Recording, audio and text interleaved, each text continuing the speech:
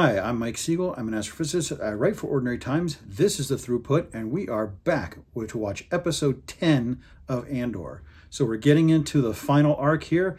I don't have a huge number of thoughts on the last one. I think the last arc kind of spoke for itself, and I said what I needed to say. The one thing that I did want to add was I was glad that in that arc, they kind of gave Mon Mothma the last word, that there was that spark of hope. You may remember there was an earlier episode where Cassian asked Luthen what he would do if Gorman burned.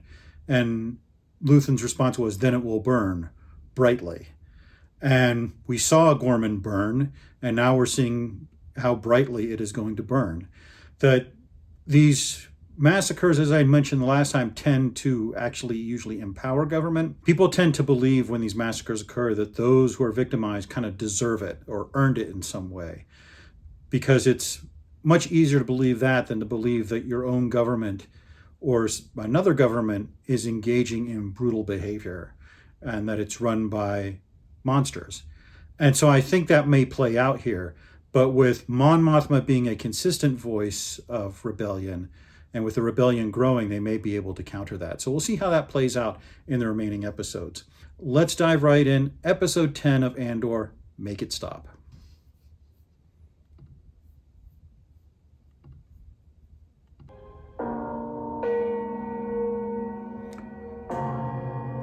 One BBY. Right up against it now. Going like this is risky enough. Just promise me if it doesn't look perfect, you won't engage. I think we used up all the perfect. Tuck your shirt in. It was a nice moment. We haven't found out much about these two, but I love their relationship.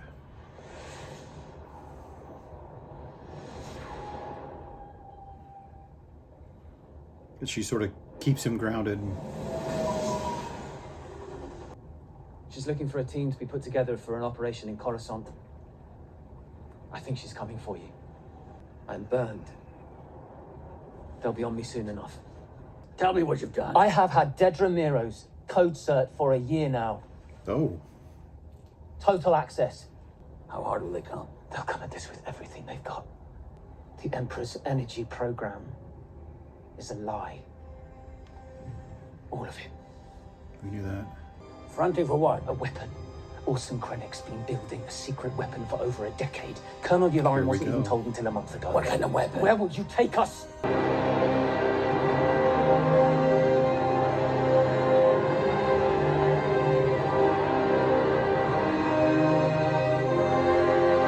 Now he knows. Think how heavy that knowledge must be. Oh, did Luthen kill him?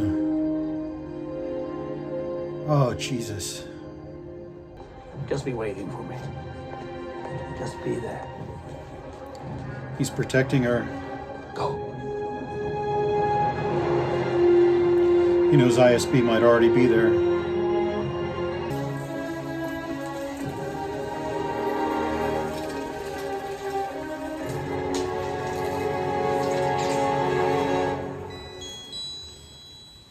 It's an interesting way of covering your tracks.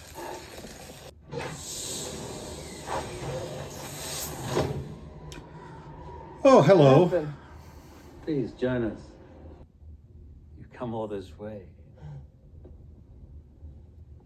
There are layers to this conversation. A vintage Imperial Starpath unit. And here you were, all that time, hiding in the shelter of Imperial peace and quiet.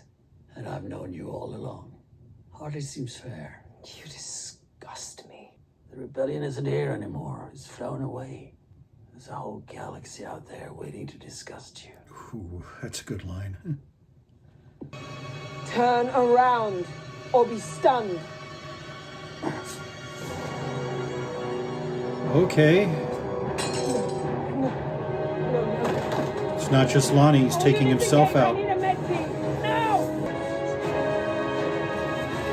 Gonna be Luthen's final victory over her.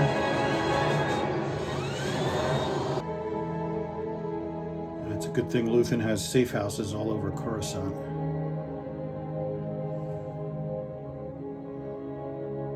What's she gonna do? Runners on the hill.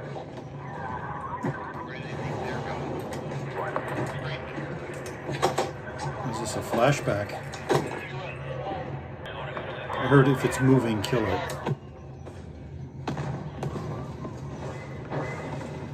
Oh, it's a much younger Luthen.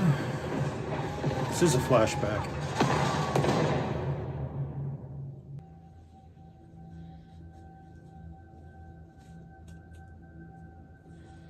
I'm always amazed how really long hair can be like put up into a neat little bun like that. It's impressive. Make it stop! Make it stop! We cleared that out of the basement. This is Kleya's point of view. Had to be about 50 of them in there. I said I heard it. Are they like Imperial mercenaries or something? It's clear some kind of massacre is going on.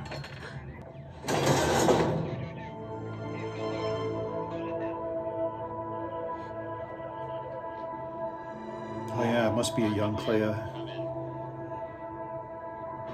I guess this is how they met.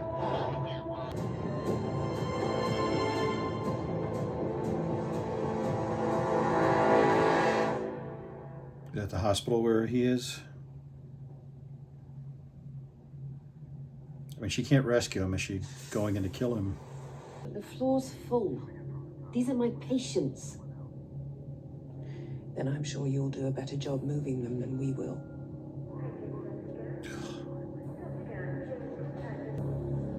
ISB are the worst of the worst.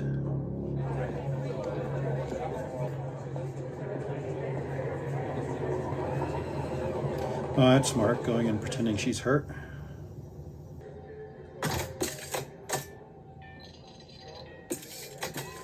That's a cool little device.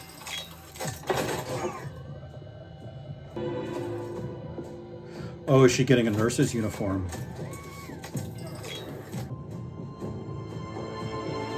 Hope they're your size. A lot of spycraft we're getting glimpses of here. I like when they show us how people know things, not just... Everything's under control. That's a bold statement. You're under arrest, Dedra. That's ridiculous. Let's get this sorted. Did she finally go too far?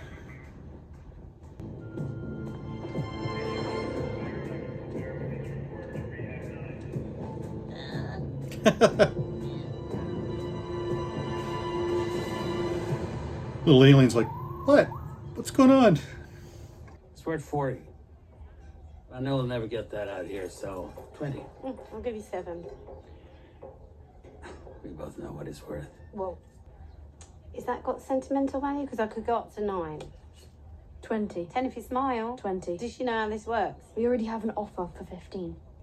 18's my max. Sold. But no smile. Kleya's always been Kleya.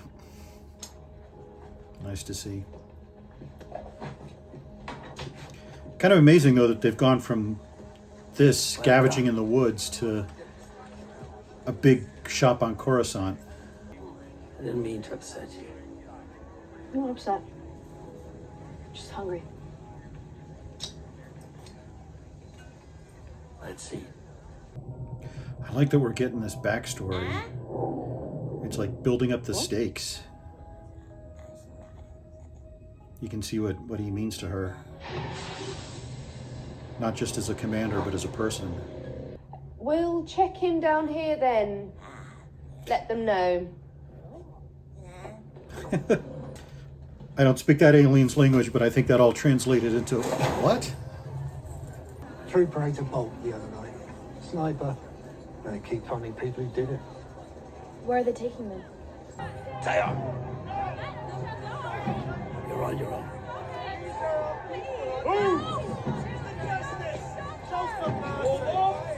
She has to watch.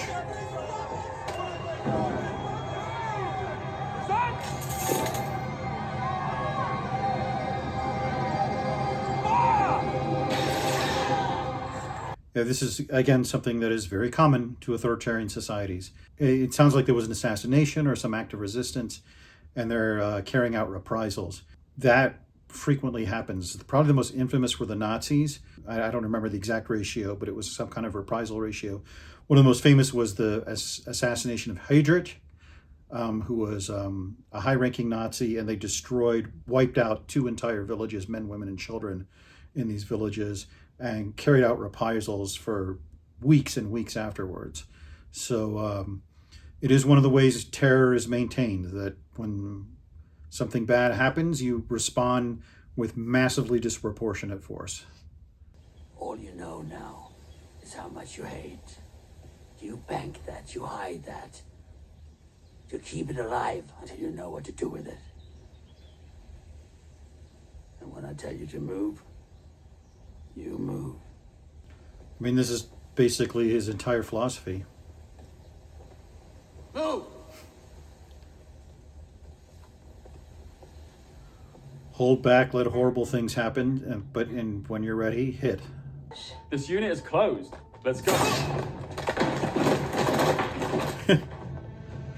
Nice kill, and I like the little, just let the body pass by me.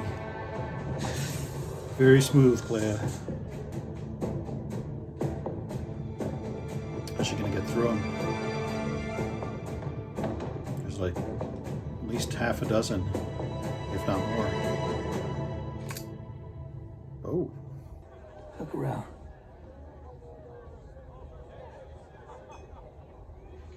That looks familiar. I knew you'd do this. A little bit. I don't think it is Naboo. Life shows us what we stand to lose. Naboo isn't as mountainous. Those people look away. We can't be like that. I need to know you're making a choice. I lived most of my life without ever realizing that was a possibility. You're afraid. In other words, he just followed orders until he realized he didn't have to. I'm only afraid of what I'm doing to you. This is really changing my understanding of their relationship. Do it. You think I won't? Look at me.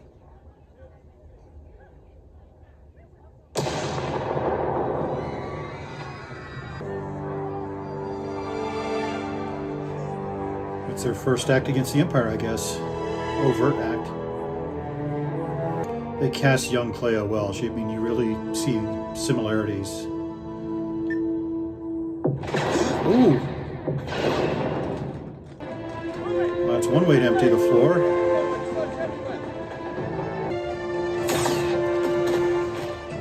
Oh, nice shot.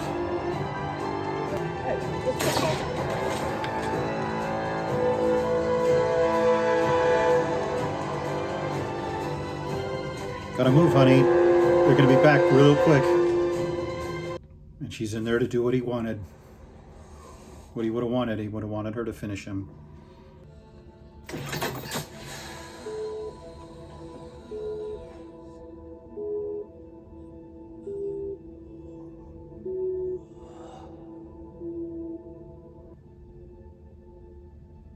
She let him go. You did the right thing, Kleya.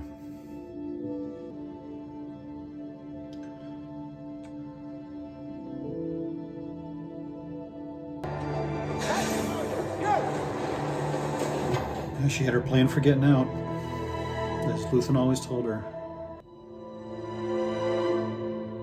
As I said, bad day for the ISB. Lose Lonnie, lose all Luthen's information, lose Luthen. He wouldn't have had it any other way. And the Death Star information leaked. All right. Wow. That is another fantastic episode on top of the last few. And clearly we're, with the information we got on the Death Star, that is setting us up on an arc that will lead to Rogue One. We also Kleya is going to need to escape from Coruscant or take her own life, whatever happens.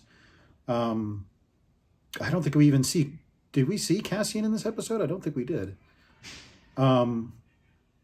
So, yeah. So the first point I want to make is actually a scientific one, surprisingly. I am glad that in this episode, a wound to the abdomen/chest, we didn't see what he actually did, but we saw the implications, was portrayed as serious as such a wound is likely to be. You know, I really hate it in movies when people get stabbed in the belly or the chest and they're fine. And, you know, my dad was a trauma surgeon. You know, I've seen what happens when people get stabbed. So it's not pretty. And so I'm glad it was treated with the gravity that it is, where she's calling for immediate medical assistance. They have to stabilize him. And without medical assistance, he dies. Usually you wouldn't die that fast, but it's science fiction. We'll take it. I especially like it because the recent Disney series have treated those kind of wounds almost as if they're just a flesh wound. When we saw in the Kenobi series, the Grand Inquisitor gets run through, and the third sister gets run through twice. And then in Ahsoka, Sabine gets run through with a lightsaber, and they're just, you know, they're fine. I mean, Reva and Kenobi didn't even need like medical attention. At least, you know, Sabine went to the hospital for a little while. But I really hate that trope. One, because it's not treating injuries and wounds with the gravity they deserve. But also, to me, it's cheating. It's having your cake and eating it too. It's having that moment of, oh my God, this person was stabbed, you know, right through the chest. And, oh, but they're fine. And so I'm glad, and I would not expect any less of Andor, that this was treated with, this is a serious medical situation and he is going to die without serious intervention. So I'm glad of that. So that's my scientific point to make for this, that I'm glad wounds are treated seriously. The main focus of this, obviously, was Luthen and Kleya's relationship. And this really turned things around with my understanding of it, that it always felt like, you know, Luthen was sort of the revolutionary and Kleya was just his assistant who kept him focused. Whereas we now realize that Kleya was just as much a revolutionary as he was. She deferred to his leadership because he has the connections, he has the social skills, he has the recruitment skills and so forth. Whereas she has more of the technical skills and the espionage skills. But she's just as much a revolutionary, just as much a radical as he is.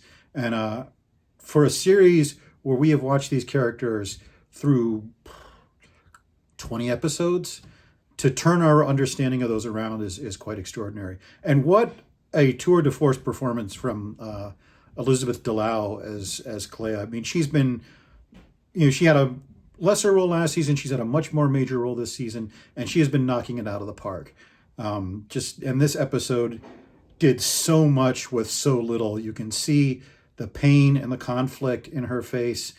And I'm guessing that operation at the beginning destroyed Kleya's family. And so he was part of that. So she must bear some resentment against that. But she's also been with him for 20 years, something like that. And so there's a love connected with that. So one of the things I thought I'd comment on with this episode made me think about it, episode 10, because it was focused on Kleya, is, you know, this show has done really well by its women characters, by its female characters. And not on a, you know, the Force is female kind of way, not with the way the Acolyte thought it did. I mean, it actually has really fantastic female characters. Kleya was obviously the focus of this one, but Dedra is a great character. You know, she's a monster, she's evil, but a part of you cheers for her because she's fighting against the boys club in the ISB, and she's kind of ruthless and determined. Mon Mothma never fires a weapon or anything like that, but she was an absolutely smashing character throughout this series, and really made her one of the best characters in the Star Wars universe. Vel and Cinta, they're more warriors, but they have character and motivations and background. Marva, of course, last season was just wonderful. Had some of the best lines in the series. I can't fault this series for how it's treated its women characters. And The male characters have been just as good. It's not like it's sidelined them or made them into idiots or anything like that, which some series seem to feel like you have to do to make the female characters good. I never understood that. It's just a well-written series, and no matter what their gender or whatever, they're good characters, and that's a sign of good writing. So, and to see Luthen go out, in that remarkable soliloquy last year, where he said, I've given up love, kindness, any concept of inner peace, to have him go out like that, peacefully, with someone who cares about him, looking over him, and letting him go like that, and carrying out what would have been his wishes, is an ending I did not expect for Luthen. I expected him to go out in a blaze of glory, or in the worst case scenario, to be captured and tortured, and to be able to go out like that, I think is a oddly enough, a moment of affirmation for the series. It's a win for the rebellion, obviously, because he's not going to give up his information, but a win for the character and a win for us as the audience too, to be able to see that, to have him go out the way he would have wanted to. So, I'm just an amazing episode and an emotional episode. And if this is how this last arc is going to go, I'm gonna need a while to get through it. So it is. Let me turn off my recording here. I have time to do one more episode. What the hell? Let's do episode 11.